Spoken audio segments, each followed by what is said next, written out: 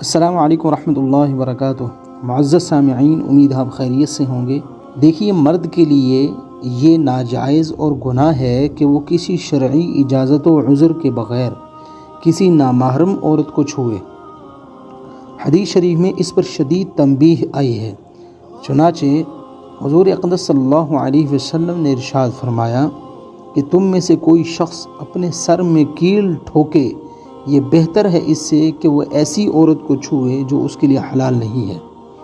اسی طرح عورت کے لیے بھی جائز نہیں کہ وہ کسی شرعی اجازت کے بغیر کسی نامحرم مرد کو چھوئے۔ مذکورہ مسئلے سے یہ بات واضح ہو جاتی ہے کہ خواتین کا اجنبی اور نامحرم مردوں کے ہاتھ سے چوڑیاں پہننا ناجائز اور گناہ ہے۔